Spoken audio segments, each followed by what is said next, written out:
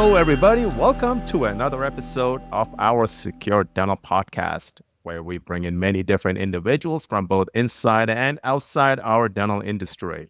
And today's podcast is sponsored by our DentVia, which I'm also co-founder of. And basically, DentVia is a virtual dental administration assistant virtual company. So what we do is provide back-end staffing to our front desk. We supercharge our managers and take care of all the insurance eligibilities, et cetera, et cetera, et cetera, which we all hate to do. So visit them at dentvia.com, www.dentvia.com. Now, without further ado, I have a very special guest today, Keith McLachlan.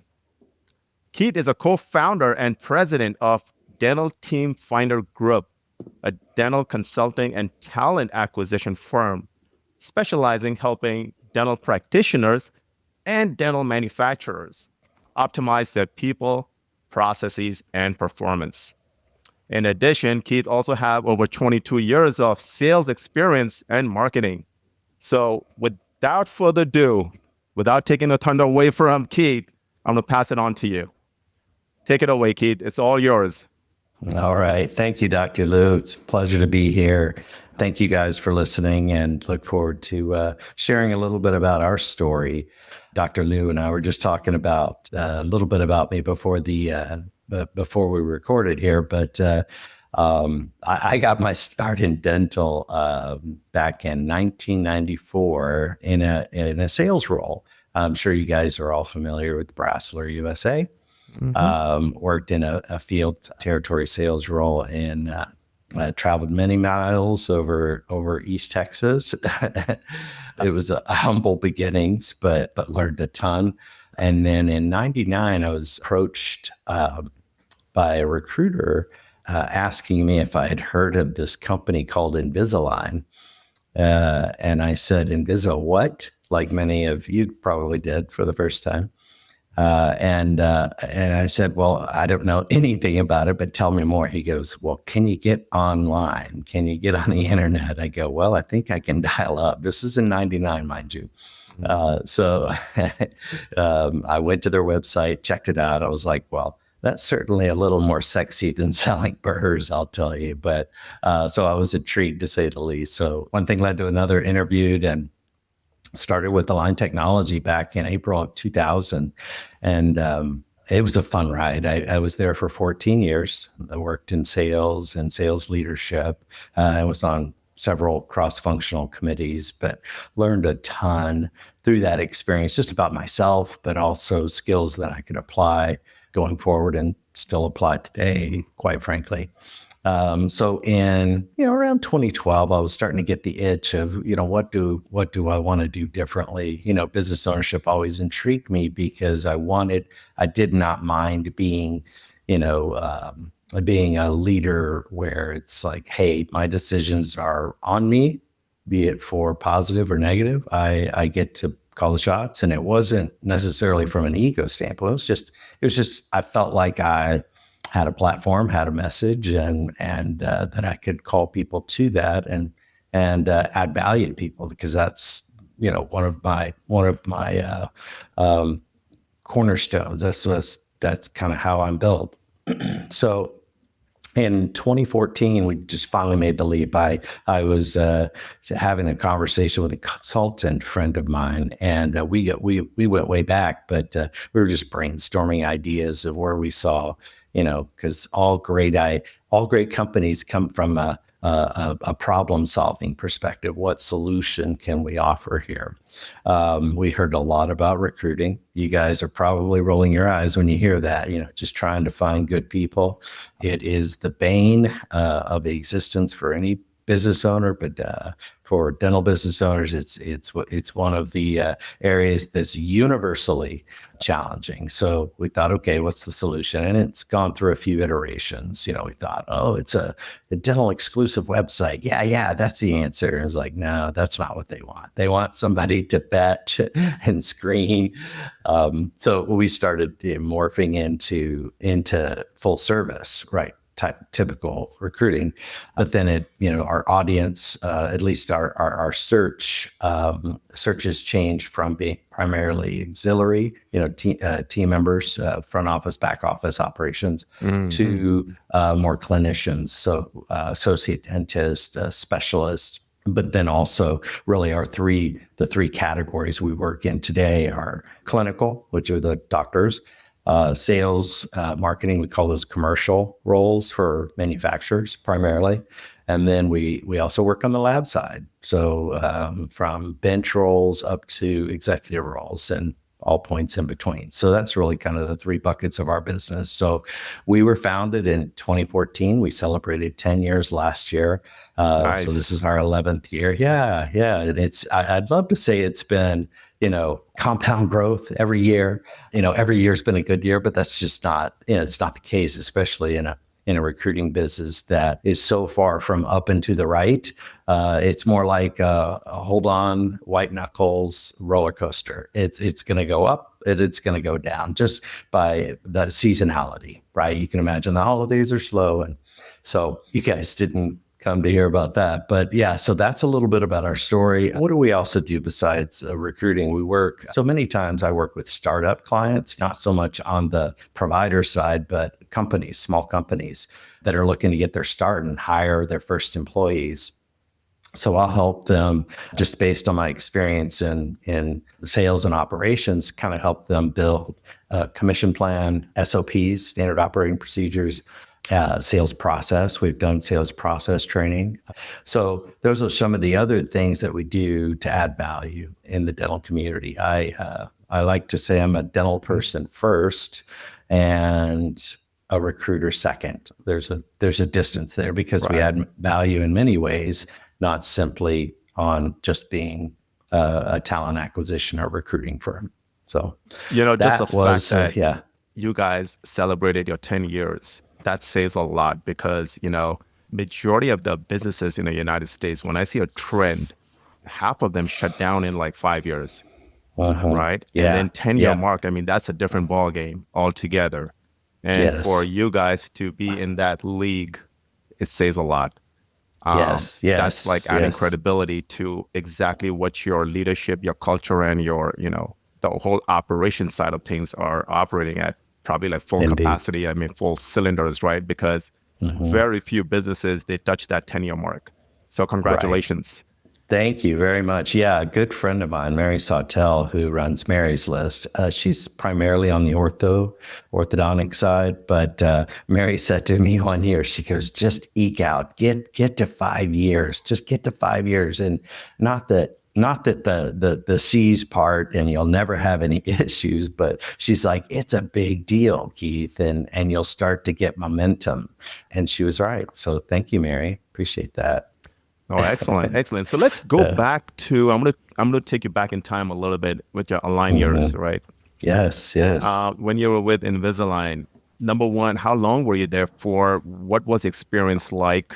And what did you bring from that experience over to your business? Oh, wow. So many ahas in there. So the biggest thing when we started, my own experience in coming from Brasseler, which is, it's for all intents a transactional sale. I mean, I'm not having to sell a concept or a new idea. We had some new products that we had to pitch a little bit, but coming to Align, I was thinking as a consumer, not as a provider. I was thinking this is a no-brainer idea. You have to be an idiot not to get it, right? As a consumer. What I didn't appreciate is you have to actually have the clinical results and actually do what you say you're going to do, at least from a treatment standpoint, because with the digital setup, looks great. It looks awesome. The challenge was not all of the clinical results were mirroring that digital result. So that was one. And we were dealing with orthodontic specialists only to start. We didn't really start getting into the GP world until 2002.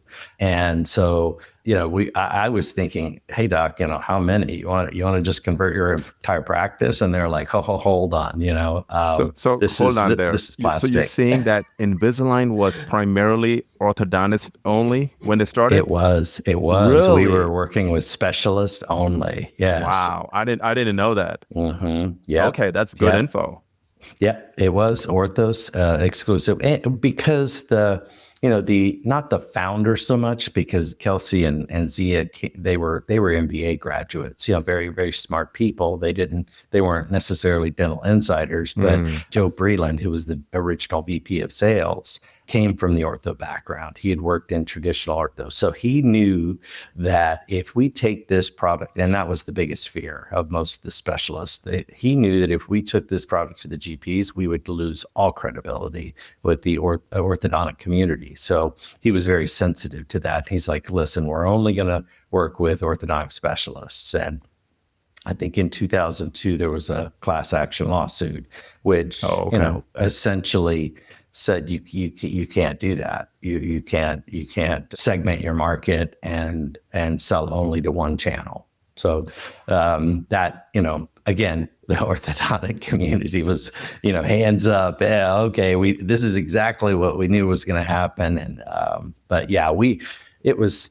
So the big ahas were the going from a kind of a transactional product to a idea. Many orthodontists were like, it'll never work, right? So you hear it all over the board. Some were like, I get it, I see it, but the product was not ready for prime time. Anybody Mm, that worked back in that day knows that you had to learn how to develop a virtual treatment plan such that you would get the aligners that would get you the good result. Whereas it wasn't mapping perfectly digital sure. result to clinical results. So there was some retooling that had to happen in around the mid 2000s, 2006, 2007 or so.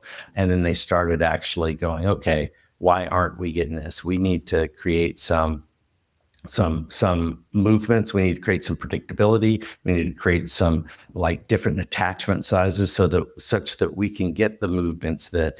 So when that started happening, we had alienated a lot of the orthodontists, but GPs were trending up because they weren't quite as particular about the Sure. results. Not to say that they didn't get good results. It's just that they were like, oh well, just approve what you sent me. Okay, let's do this. But the orthodontists are a little more skeptical. So yeah, and in 2007, John Morton came, and then things really changed. We got the orthodontists back on board, and really had a product that is clinically superior today. So they were the pioneers, basically, like Yes, to get that yes. started. So when did Hmm. when did Align Technologies, when did these guys actually said, okay, everybody else can do it? I'm sure Yeah. they had a patent that they kind of locked Hmm. themselves up, right, for a while. Yeah. Yeah. So they were founded in 98. They started Okay. doing commercial business in, I think it was October of 99 was when they shipped their first cases. So the intellectual property was all secured. The biggest ones, I mean, we had so many and they never stopped, right? They had 68 by the time we shipped our first case. Oh, wow. Yeah. So a lot of the biggest one, the one that really sort of built a moat was the one that you couldn't have three or more successive movements in one treatment plan. That was the Got it. one that eliminated anybody from being able to be a viable competitor. Got Yeah. it. Got it. Okay, Yeah. nice. Good So to know. that's, Good to yeah, know. you saw companies coming up, oh, you can order three and then you can order another three, like AOA Labs. And Hmm. so you saw companies just kind of trying to work around that, but it was very difficult, very difficult. So 2017 is when we started to see companies getting A lot traction. more, right? Yeah.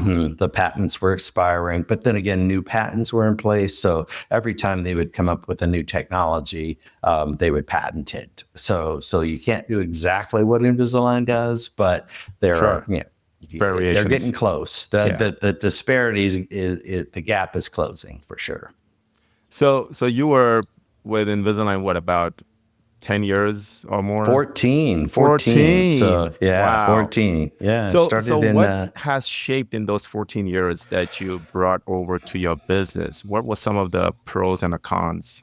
yeah. Well, I liken the role, the sales role at a line to be consultant esque. Now we Mm, represented a product, but in many cases we were advising offices on closing cases. How to maximize sure. your presentations to actually your treatment accepted. We were advising on third party financing because we had partnerships, and we were sitting chairside. I kid you not, we would sit chairside and help offices do these full mouth PBS impressions before the scanning technology was there.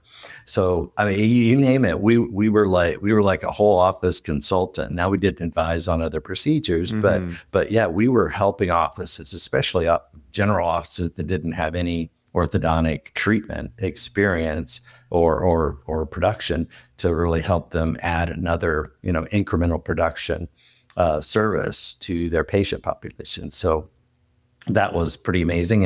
And the orthodontists who really understood early on the marketing potential behind it, because there were David Boskin is an orthodontist in the Bay Area, and one of the early guys who really understood that, hey, if I can be an advisor to these general dentists in my area, they will do the easy cases. I can do the tough cases. So he really got it early on, and he figured out how to set up his ClinChecks in a way that he could get that clinical Right. result. So yeah. So, you touched a very important point because this is the sole pipeline for a lot of the practitioners as well as, offices and dentists, because we as dentists, we are so focused on the clinical that we forget everything else.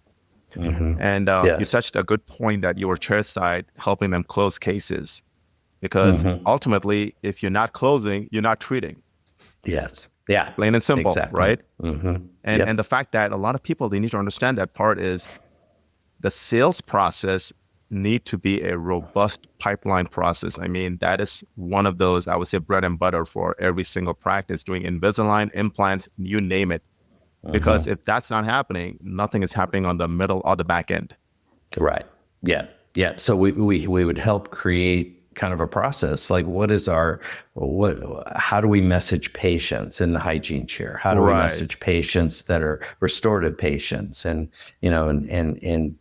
teaching about the benefits of hygiene to periodontal health, and that combination, that systemic ish, that systemic link there, and patients say, hey, we can reduce less tooth structure if we do alignment before we do the restoration. So there was so many little protocols that we'd help them. Okay, I see now how I can message this to patients. So And, it and really is that helped what you us. and is Yeah, that what your company is doing right now with yeah. consulting? Yeah, Or is that not part so of it? much in that vein. Not so much in that vein. Essentially, it's more on, okay, how do we, before you get us to help you recruit, how do we optimize your culture?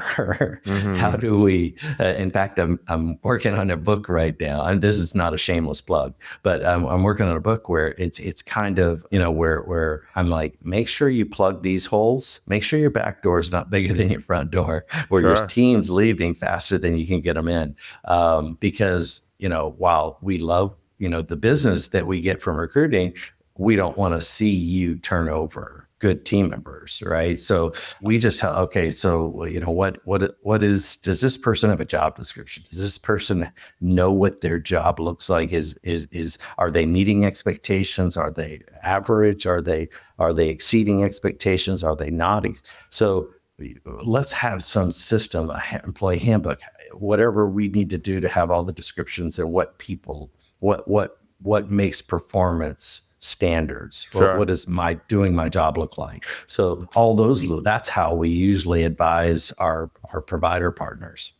So you're doing some preliminary work prior to getting them the talent, because if the talent comes in, they're going to be out the back door, Yeah, pretty much, exactly. right? That's exactly Yeah, right. And we'll makes check sense. reviews. Yeah, we'll check Glassdoor is a review platform for current and former employees to leave feedback on their employers. So that's kind of it's instead of Google reviews, which are patients, right, or consumers, this is a platform for employees to leave feedback. So And when you do this consulting, how important is leadership in that culture? And what are your thoughts on it's that? central. And what do you want to Yeah. share with that part? Yeah, no, it's central, and so a lot of listeners that are dental business owners are like, oh gosh, one more thing.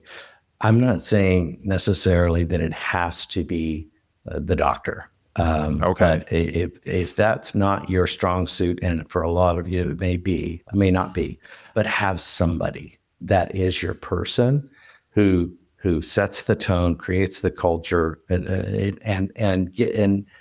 manages the execution of what you want to see in your practice from a what do we want new patients to think of us? What do we want our old patients to think of us? What do we want to be known for? What's our mission? What's our vision?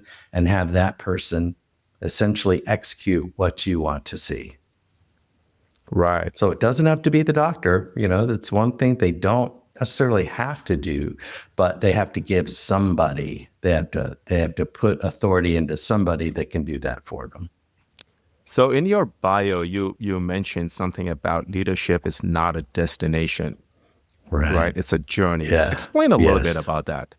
Yeah. Well, because I liken it to the practice of dentistry, right? They call it practice for a reason. You're never ultimately going to perfect.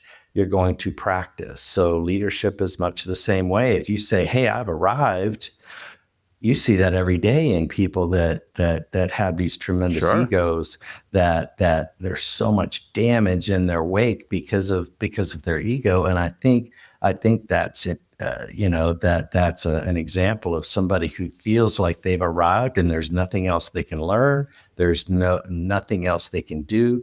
They have made it. I think that gets you to an unhealthy place. So for me, it's a daily investment, or it's just an investment in general in continuing to learn and grow, and have that ideal in place. And you may not quite get there, but that's okay. It's about the journey, not about the destination. You and I, we share the same mindset based on the fact that as we age and as we get wiser, we need to start believing in ourselves, like increasing the lid, which John Maxwell puts it so well in the law of the Yes. lids, right? Like Mhm. you're not going to get a talent coming to work for you if your belief lid is really low, your leadership lid is really low.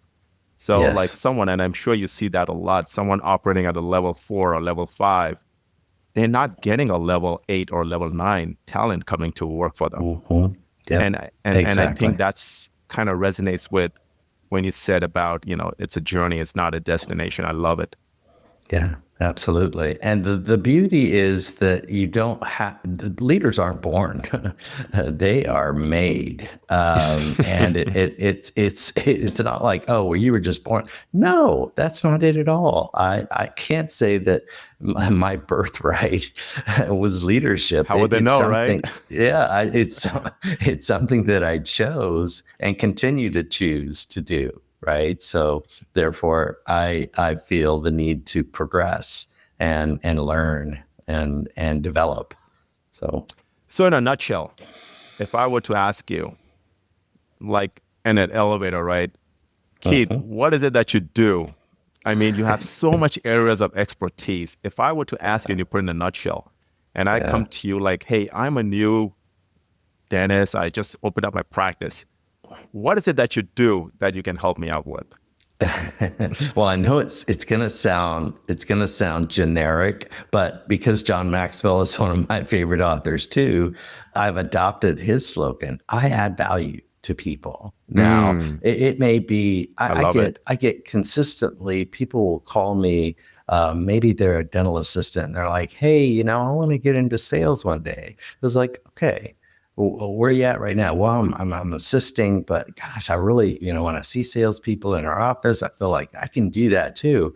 So I kind of say, okay, well, what's going to get you from here, to there? What does that look like? So Sure. I'll spend time with somebody like that. It doesn't have to be somebody that I directly benefit from. Mm-hmm. To me, if to take another John Maxwell quote, you help enough people get where they want to go, you get where you want to go. So so to answer your Love question it. about the quick pitch, I would say, oh, what do I do, or what do I do for a living? I usually try to make them go, oh, yeah, well, of course I meant, what do you do for a living? I tell people, well, I work in recruiting. I'm a dental person that works in recruiting. Dental person, what's that mean? I said, I've been in the dental industry for 30 years. So I'm sort of a dental enthusiast. So I have a firm where we help place dental people. And, oh, okay. So you're a recruiter. Yeah, absolutely. Yes, that's what we do. But we do add value in many ways. Is kind of how I just expand upon that a little bit. So. That's great. That's great. The way I understand it is, and I'm sure many of the audience would understand, is like you're a recruiter here. You're a recruiter in the central zone, but then you do the preliminary and you do the post-op, like how we call it in Absolutely. clinical terms, right? Yeah, the post-op. Yeah, exactly. I I was love it. just in an oral surgeon's office yesterday, Yeah. and we were talking about consult, surgery, post-op. So, Uh-huh. And yeah, follow-ups. yeah, and follow-ups. Yes, exactly, Oh, exactly. So Keith, I yeah, we love it. I like love it. It to, was a yeah, great conversation. Anything you would like to absolutely. add? Yeah. Well, obviously, if you want to learn more about Dental Team Finder, if you look us up on Facebook, Instagram, LinkedIn.